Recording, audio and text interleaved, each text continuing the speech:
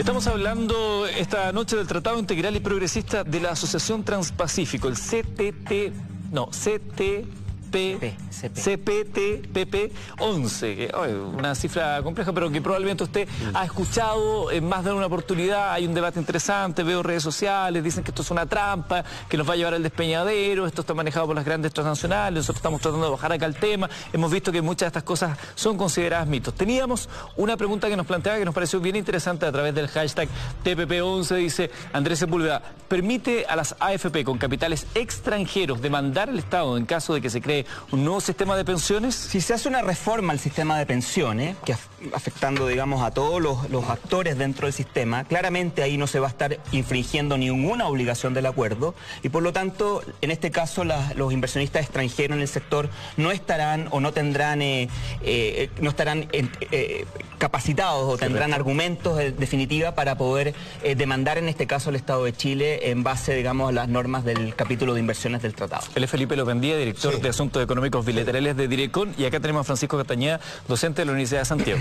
Sí, yo estoy en desacuerdo por el hecho siguiente. Por ejemplo, si el gobierno crea una FP estatal, ¿ya? Y esa FP estatal, en la misma lógica de una empresa estatal que subsidia, que es subsidiada por el gobierno, eso va a generar un cambio en las utilidades del sistema como un todo. Empresas extranjeras, de acuerdo a la expectativa razonable de inversión, que es uno de los puntos controversiales, podrían, Felipe, esto no es blanco-negro, no es que puede o no puede demandar, pero se genera cierta incertidumbre en el caso, si es un subsidio, se está creando una FP nueva, y una FP nueva siempre que se crea, en el caso de una FP estatal, se genera con subsidio inicial para tener una masa crítica de afiliados. Y luego la empresa internacional puede decir, bueno, aquí había un negocio que yo tenía X rentabilidad esperada y hoy día ese negocio no es tal. Entonces, se afecta un poco entre comillas, lo que cree la empresa internacional, la justa ganancia esperada por invertir en ese nivel.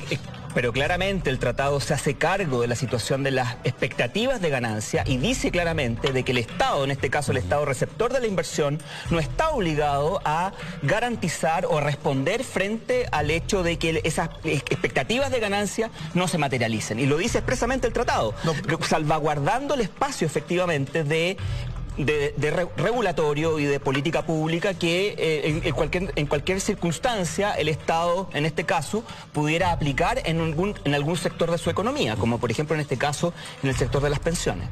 ¿Por qué creen ustedes que hay estas posiciones tan encontradas, donde hay gente que dice no al TPP, porque lo que decía yo antes, esto es una trampa que nos están tendiendo, porque hay desinformación, es difícil de entender, de bajar? No, lo que yo creo, lo que nosotros hemos advertido además, sobre todo ya en la discusión en el Congreso, es que efectivamente hay sectores que tienen una mirada, yo diría más bien ideológica, contraria a lo que ha sido la política que Chile, de la cual hablábamos hace un rato, que Chile ha seguido en los últimos años. Y efectivamente eso se ha notado en una votación consistente de estos sectores en el Congreso en contra no solamente del CPTPP, sino de otros acuerdos que se han sometido a la consideración del Congreso, yo diría desde el año pasado. Es decir, hay una mirada crítica con respecto a esa estrategia de desarrollo que Chile ha seguido. Llama la atención en ese caso que, por ejemplo, el PPD, cuyo presidente, Heraldo Muñoz, fue uno de los hombres que estuvo a cargo de estas negociaciones y que en su momento, durante el gobierno de Michelle Bachelet, lo aplaudían, hoy le den la espalda. ¿Qué pasó?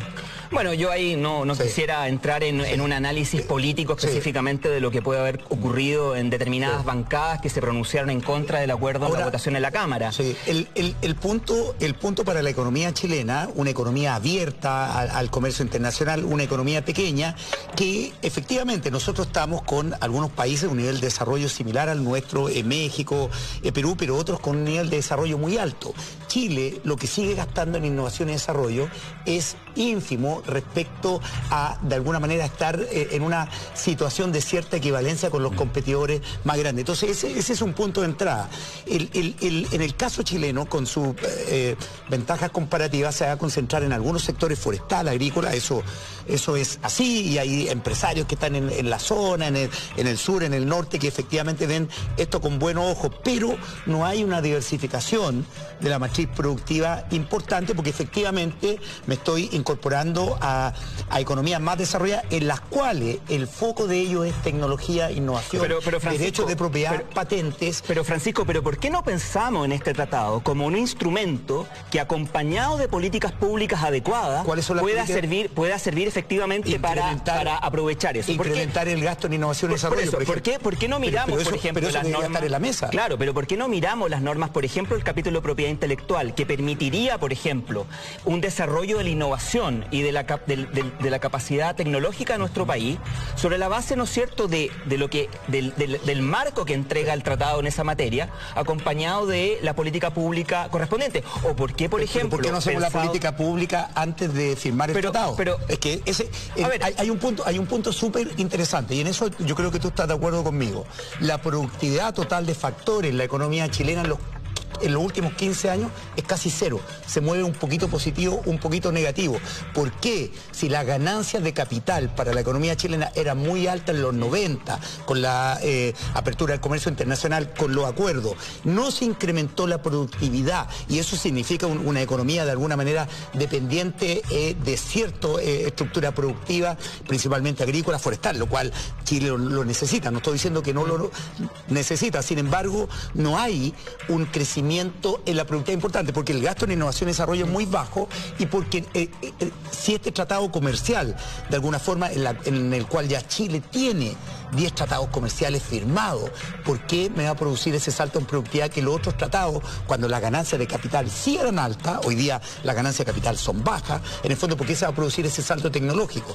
En el margen no estamos sofisticando la economía, ¿verdad? No estamos, y un punto que lo mencionan ustedes, las cadenas globales de valor. Es que precisamente yo iba a mencionar eso, Eduardo. Efectivamente, este tratado, considerando el mercado ampliado de 11 países que dan cuenta de él, contiene un mecanismo a partir del cual es posible la utilización de insumos o materiales provenientes de los distintos países suscriptores para efectos de, beneficiándose de las preferencias arancelarias que contiene el acuerdo, generar algún tipo de transformación en nuestro país, agregándole, ¿no es cierto?, mayor valor a ese producto, para luego poder ser reexportado a otro país. Entonces, de alguna manera, efectivamente, en un país que todavía tiene un desafío importante para irse incorporando de manera mucho más plena las cadenas regionales o las cadenas globales de valor, el desarrollo de los encadenamientos productivos, un acuerdo que cuenta con un mecanismo tan potente, tan flexible en materia de acumulación de origen, a nosotros no nos cabe duda de que va a generar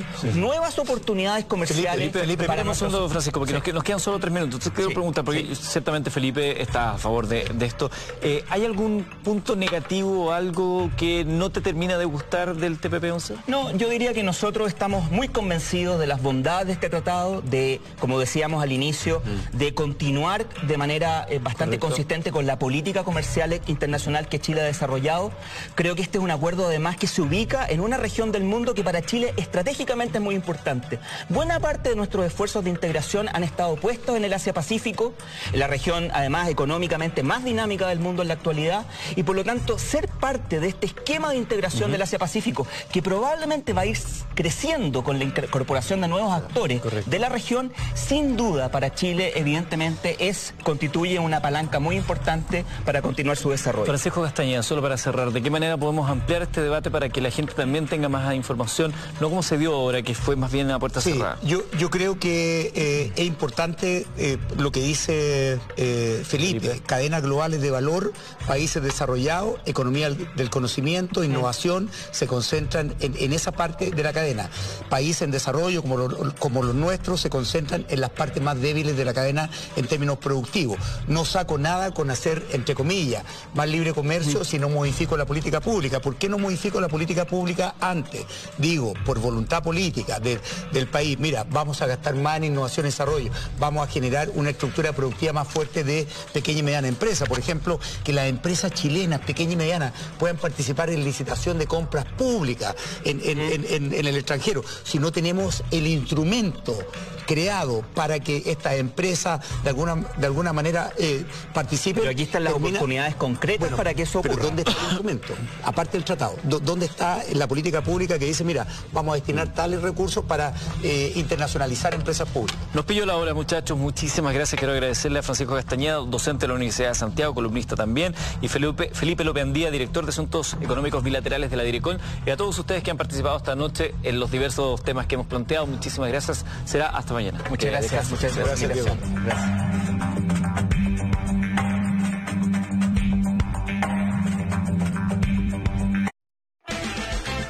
Mentiras Verdaderas fue presentado por...